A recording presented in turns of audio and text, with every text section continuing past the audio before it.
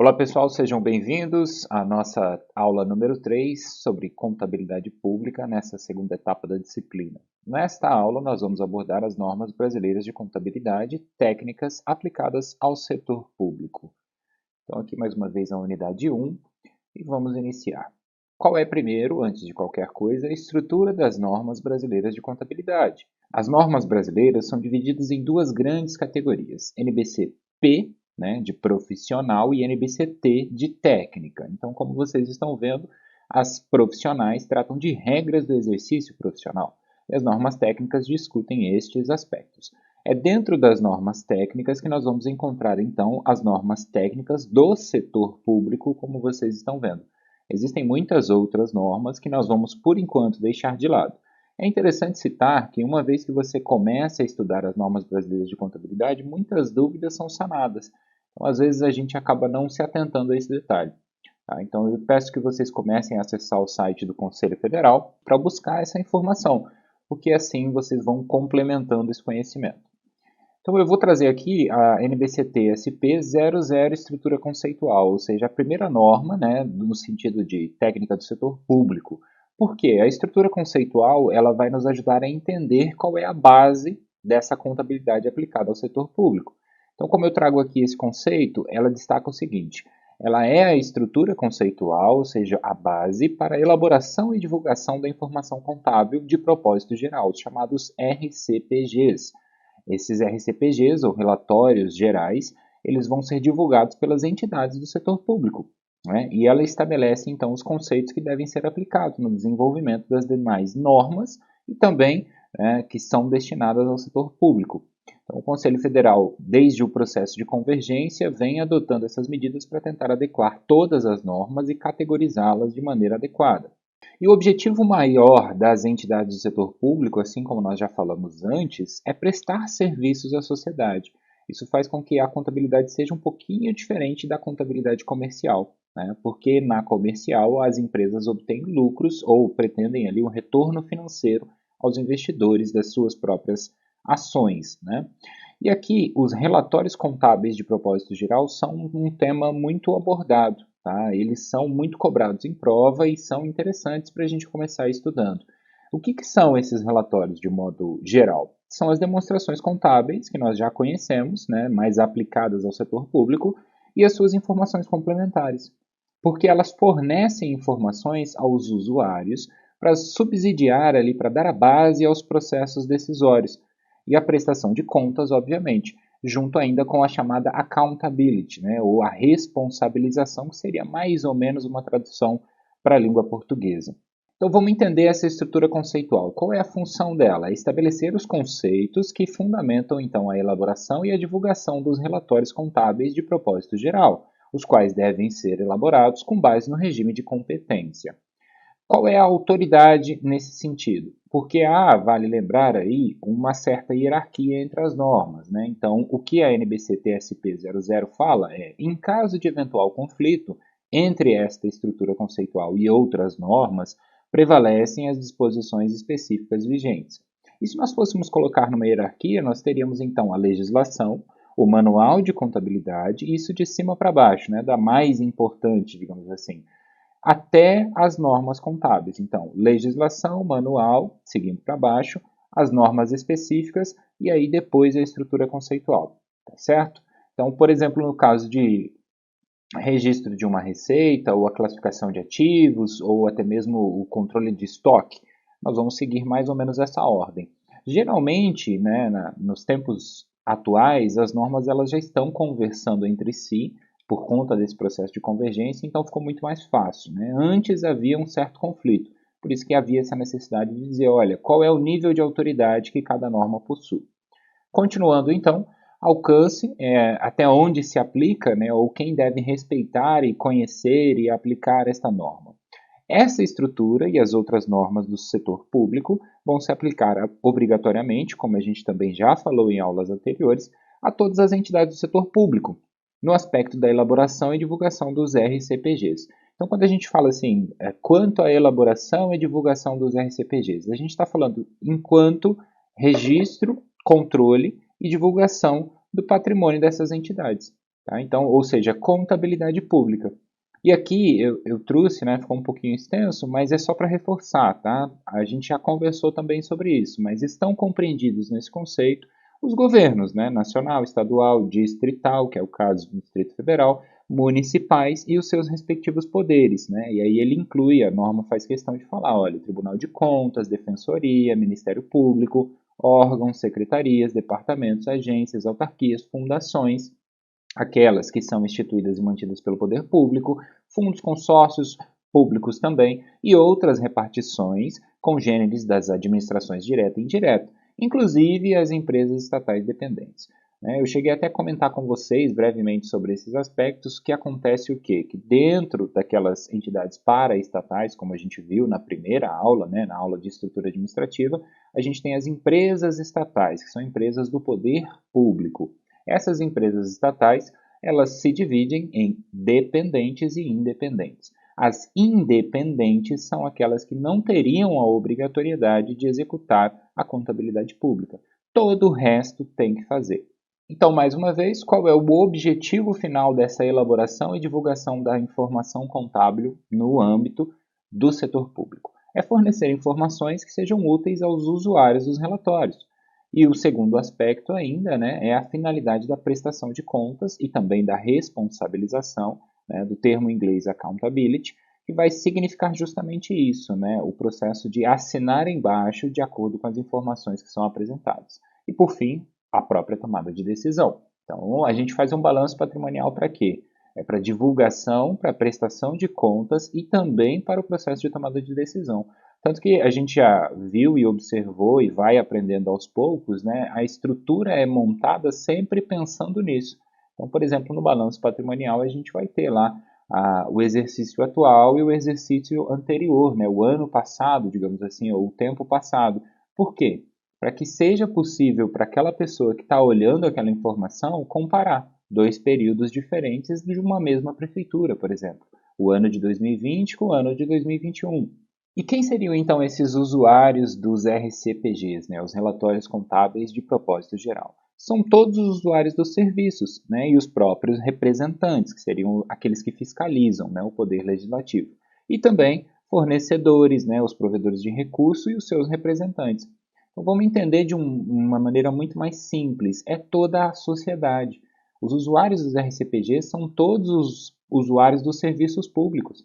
Então, desde aquela pessoa que vai para o hospital, ela tem direito de acessar essa informação, de saber como aquele recurso está sendo gasto naquele hospital, como a escola é mantida, quanto de dinheiro que vai para lá, e esse dinheiro ele se transforma em quê?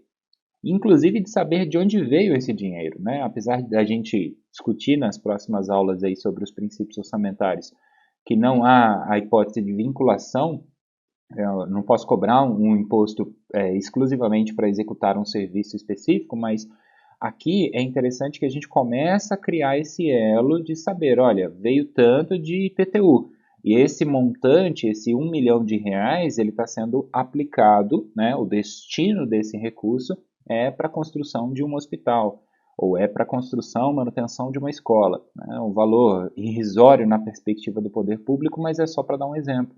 Então, os usuários são todos nós, somos todos nós, perdão. Tá? Então, só para classificar. Um outro aspecto e um ponto que é muito cobrado em prova e que vale a pena um estudo um pouco mais aprofundado, que também nos ajuda a desmistificar muita coisa da contabilidade, tanto da comercial quanto da pública, são as características qualitativas.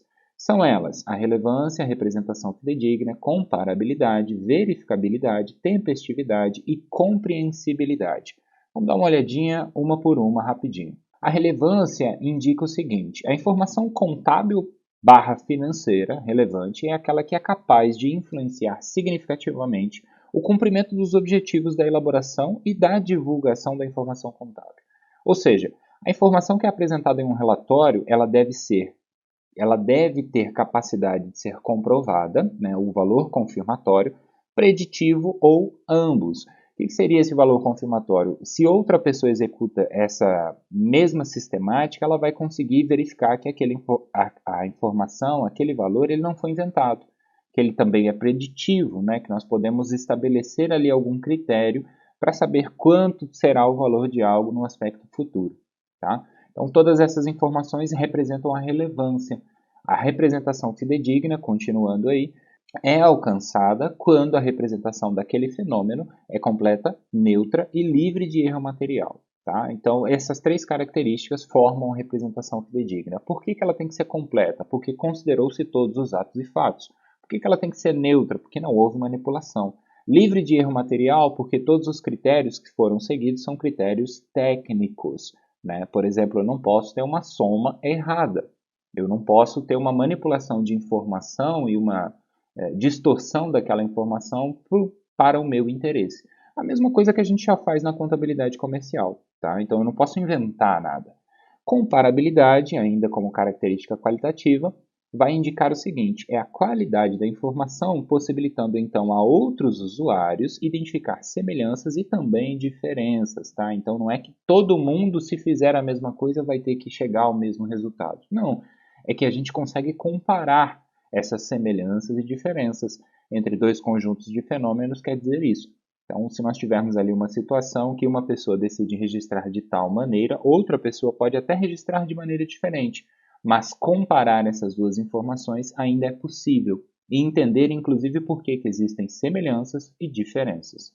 As últimas três características são verificabilidade, que vai indicar, então, a segurança, né, de quando um usuário da informação observa lá o que foi apresentado, ele vai entender que aquela representação, né, o balanço patrimonial, ele tem todas as suas características inerentes. Né? Os fenômenos econômicos que aconteceram e deram origem àquilo podem ser verificados por outra pessoa e não aquela que fez o trabalho. A tempestividade vai indicar o seguinte: a informação ela precisa estar disponível para os usuários antes que ela perca a sua capacidade de ser útil. Então, de nada adiantaria, por exemplo, a gente ter uma prestação de contas da gestão, sei lá, 2016 até 2020. E aí, esses 4 anos, a prestação de contas vai aparecer somente em 2050. Imagina isso. Então, não seria possível fiscalizar ou prestar contas de maneira adequada, né? E até mesmo responsabilizar as pessoas que tomaram aquelas decisões, que fizeram a gestão durante aquele período. Por isso que a gente tem prazos, por isso que a gente tem a informação contábil sempre sendo tempestiva, né? Sempre sendo apresentada o mais rápido possível, desde que este mais rápido não signifique trazer a informação pela metade. Ela precisa ser completa em todos os sentidos. E a última vai ser a compreensibilidade, que é basicamente o entendimento daquela informação. Né? Então, eu não posso escrever um balanço do jeito que eu acho que deveria ser.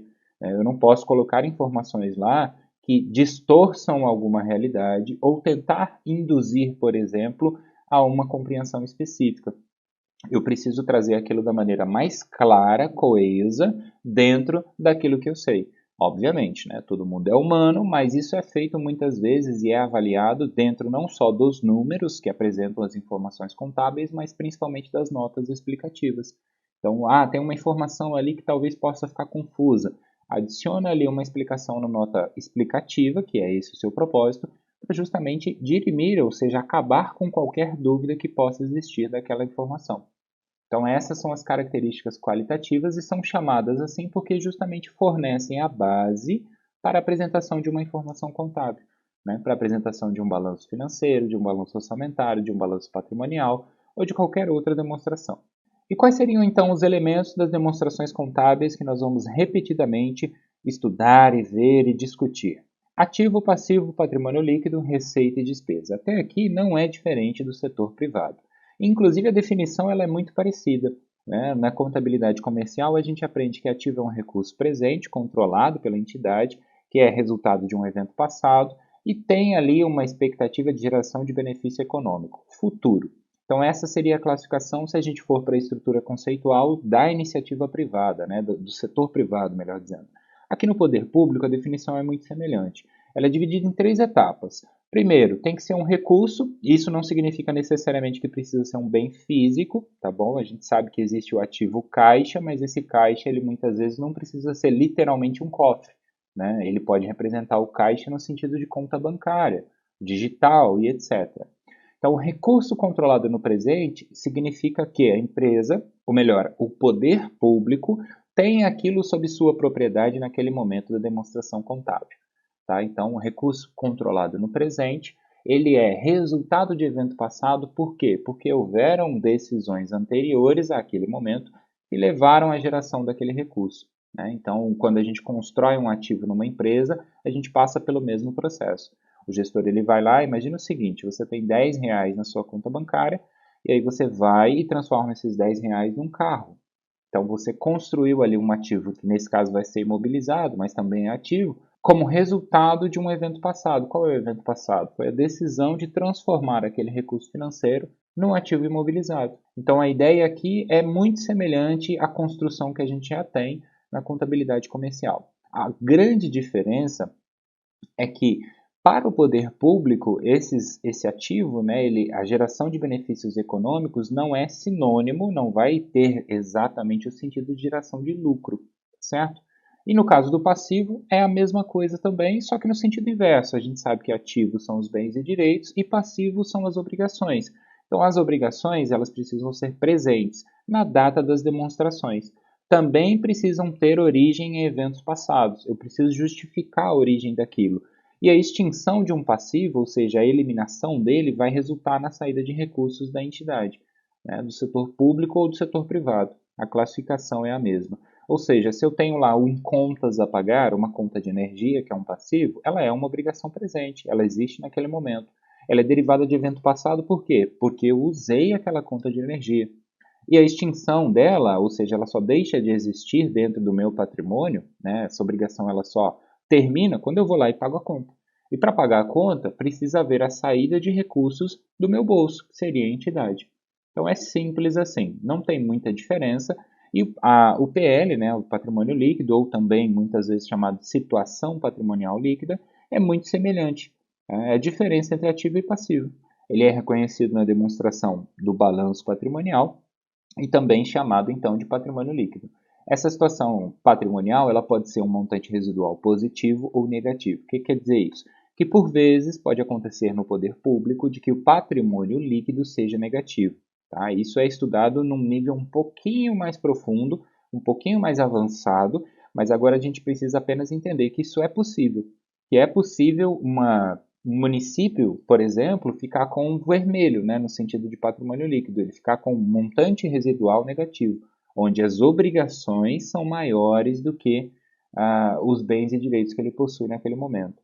E essa situação se reverte, ou enfim, existem várias situações possíveis dentro do setor público. E aí, avançando para as outras duas classificações, a gente vai ter receita, né, que na contabilidade comercial também é mais ou menos isso, é o aumento na situação patrimonial líquida, ou seja, a entrada de recurso.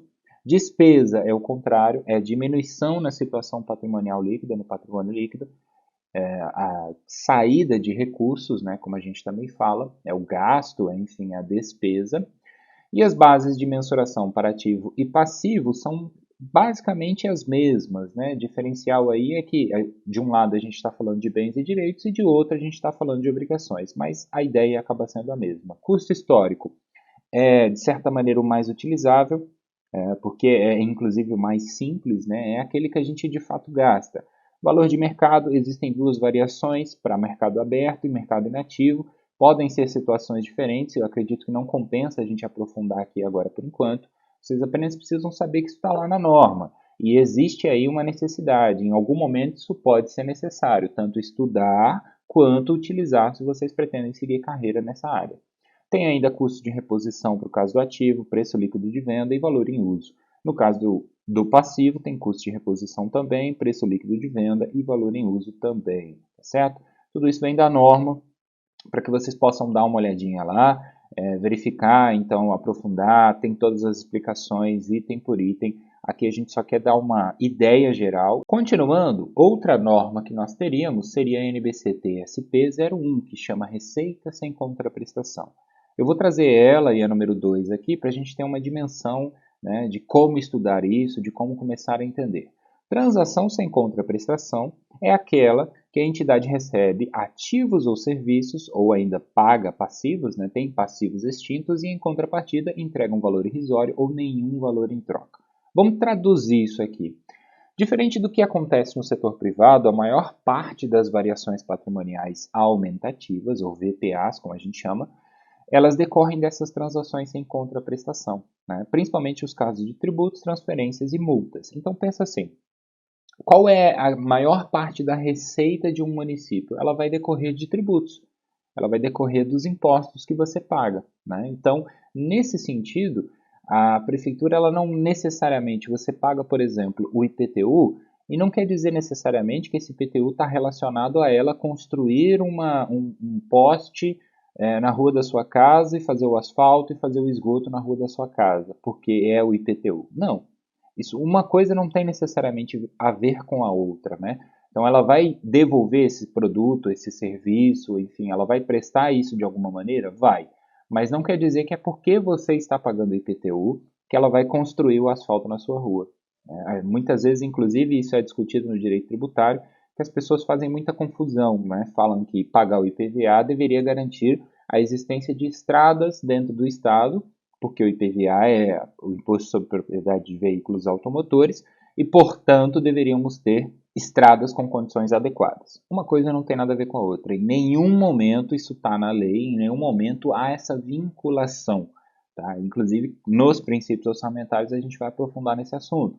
Mas aqui o que eu quero colocar é receita sem contraprestação é a receita cotidiana do setor público. Então, se vocês encontrarem essa terminologia, não se assustem.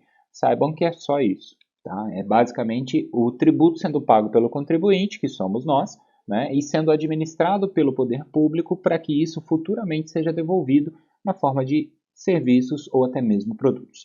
Então aí eu trouxe um exemplo de lançamento que é baseado no plano de contas, é muito simplificado, obviamente, mas é só para a gente poder contextualizar. Então, se eu tenho ali uma receita sem contraprestação, significa que eu tenho um tributo a receber. Esse tributo a receber, ele gera uma variação patrimonial aumentativa, né, que seria por meio do uso de impostos. A gente chama isso de VPA tributário, ou de VPA de impostos e etc. E aí eu botei os códigos aqui do plano de contas. 1.1, ativo circulante. 4.1, VPA, variação patrimonial aumentativa, na categoria de impostos. Então, aqui a gente começa a ter uma dimensão. Um simples lançamento ele vai envolver duas categorias diferentes, ativo contra VPA, né? Passivo contra VPD, e assim sucessivamente. E acontecem outras variações e combinações a depender da situação. Essa aqui é porque é um exemplo de receita, e receita, no ponto de vista do setor público, é a entrada de recursos. Portanto, é um tributo a receber, ou um tributo que foi pago, e assim sucessivamente. A NBCT-SP 02 vai falar das situações contrárias, que é quando há uma receita com a obrigação específica de uma contraprestação. Um exemplo clássico disso é do próprio Manual de Contabilidade, né, aplicado ao setor público, vai falar o seguinte: recebimento de tarifas de telefone e eletricidade pelos Correios, em nome das prestadoras desse serviço.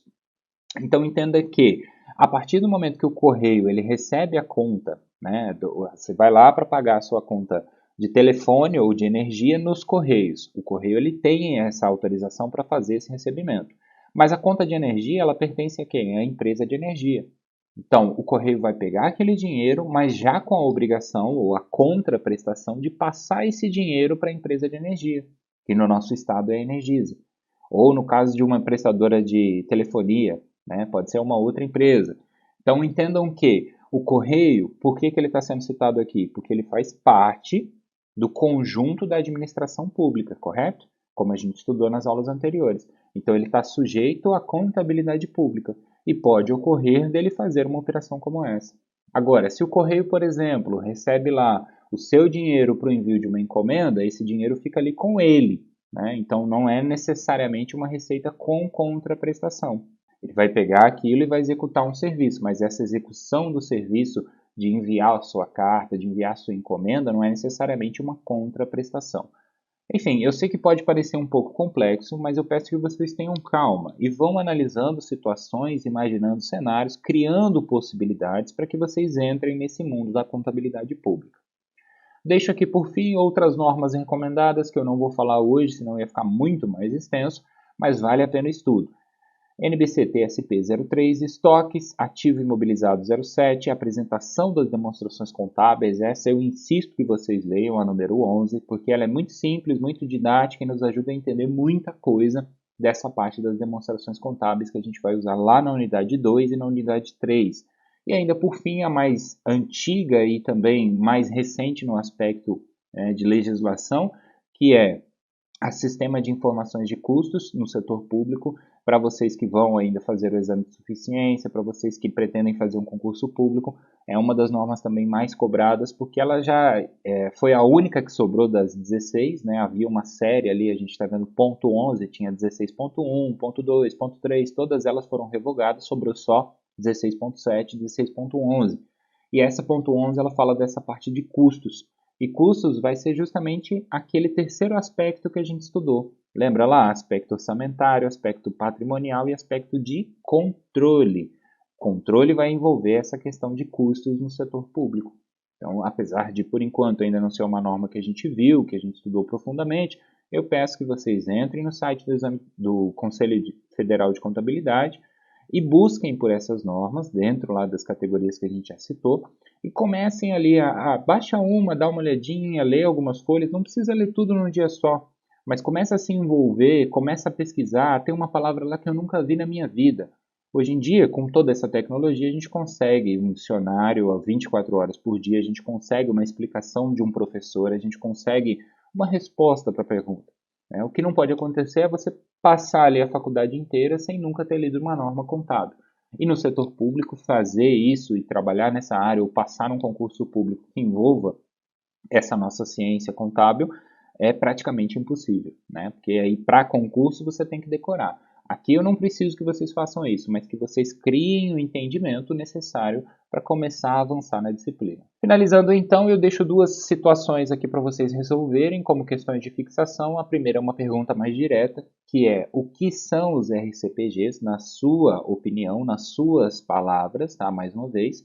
E para você citar exemplos, né? De acordo aí com o que você conhece da sua cidade. Então pensa, na minha cidade tem o que? Olha, tem o governo federal, tem o governo estadual, presente ali de alguma maneira, e tem o governo municipal. Né? Cada um desses três poderes, dessas três esferas e os três poderes, executivo, legislativo e judiciário. Então diz para mim um exemplo, pelo menos um de cada, um exemplo de um ativo na sua cidade. Né? Na perspectiva de poder público, pode ser um ativo da prefeitura, pode ser um ativo do governo do estado, pode ser um ativo da Câmara de Vereadores, e etc. Tá bom? Não tem limites aí, desde que seja representando o setor público. Pensa por um instante que você é a prefeitura da sua cidade, que você é o governo federal, que você é o governo estadual, né? Ou o poder executivo, ou o poder legislativo, etc., em qualquer esfera. Ativo, passivo, receita e despesa. Um exemplo para cada um desses nessa perspectiva que eu comentei para vocês. Tá bom? Obrigado pela atenção. Eu sei que fica um pouco extenso, parece muito conteúdo, mas não se preocupem, tá? Respirem fundo, revejam essa aula com mais calma depois. E ao fazer as suas pesquisas, manda uma mensagem lá no grupo, pergunta para o professor, troca uma ideia com os colegas. Não deixe essa disciplina passar voando e você ali sem perceber o que está acontecendo. Então, mantenham as tarefas em dia, mantenham aí a coragem em dia também. Obrigado pela vontade de ter chego até aqui, né, por todos que estão participando. Eu vejo vocês na próxima aula, que já vai ser uma aula ao vivo novamente, onde a gente vai revisar um pouco disso que a gente já falou e continuar estudando, então, toda a nossa estrutura, né, da contabilidade aplicada ao setor público. E aqui, só para fechar, Manual de Contabilidade aplicado ao setor público. Uma revisão de conceitos para que vocês possam, então, replicar aí dentro da nossa área de estudos agora, aquilo tudo que vocês já viram, mais o que faltou, e a gente possa avançar mais uma vez, tá? Uma etapa de cada vez, um dia de cada vez, e assim a gente vai conseguir, sem dúvida, juntar o trabalho mais a disciplina e o resultado final vai ser só um, o êxito. Obrigado a todos, bons estudos, vejo vocês na próxima aula.